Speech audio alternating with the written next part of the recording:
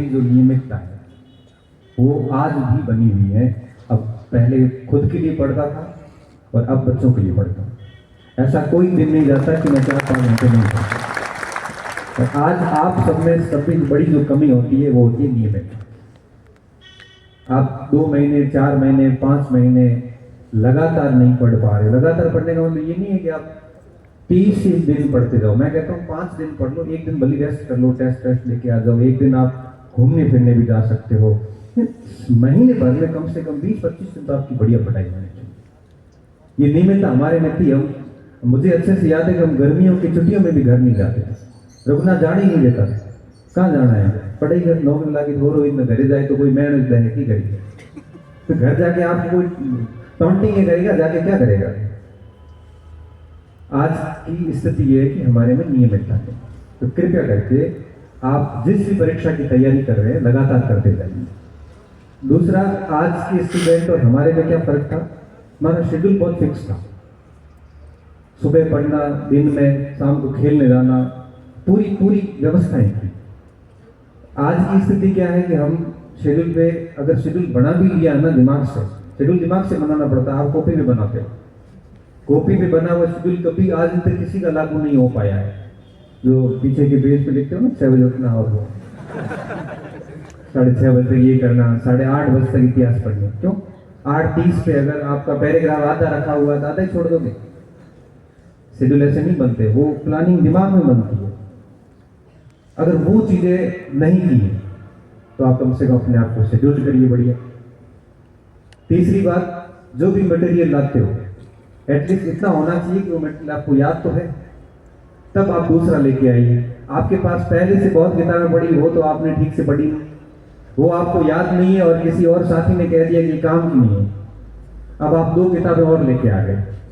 तो किताब लाने की एक शर्त डाल दो कि पहले वाली जब ठीक याद होगी तभी हम दूसरी किताब में हाथ डालेंगे, अन्यथा हम दूसरी किताब नहीं लाएंगे। हम लाइब्रेरी बना देते हैं, लाइब्रेरी के अंदर लाइब्रेरी बनी हुई है, हर कंपार्टमेंट के अंदर किताबों का थोक लगा हुआ। अब हमें समझ में नहीं आ रहा है कि इसमें पढ़ना क्या है, छोड़ना क्या है।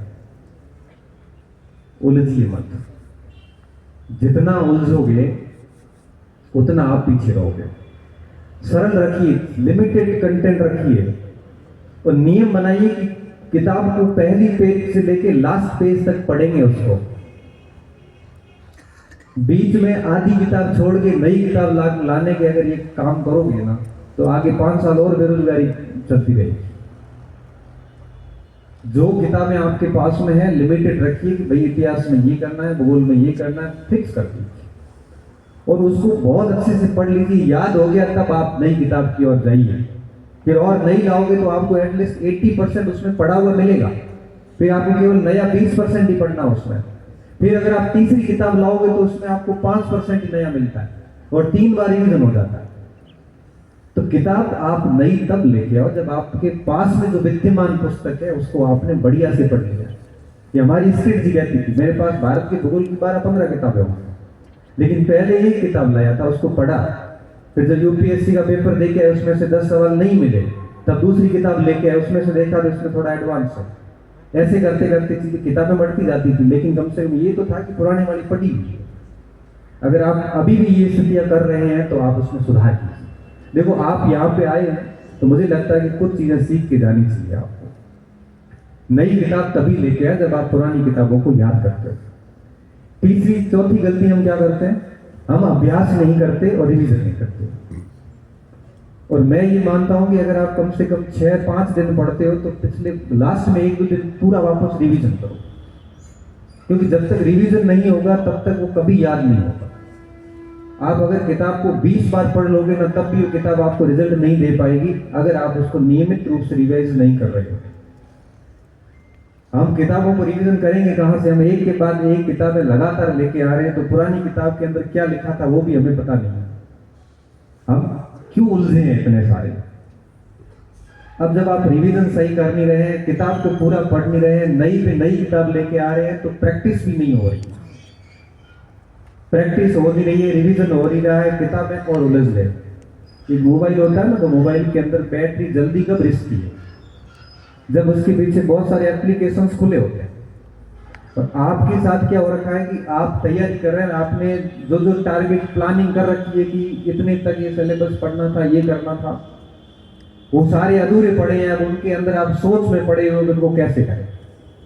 और दिक्कत क्या आती है कि जब पुरानी प्लानिंग पूरी नहीं होती है तो आदमी अंदर से फ्रस्ट्रेट होता है, अंदर से उसको बड़ा दुख सा होता है, वो चुपचाप पड़ा रहता है, उसको कुछ भी करने की इच्छा नहीं होती, ओवर थिंकिंग करता है, टेंशन में जाता है और स्ट्रेस वगैरह ये सब चीजें होनी शुरू हो जाती है।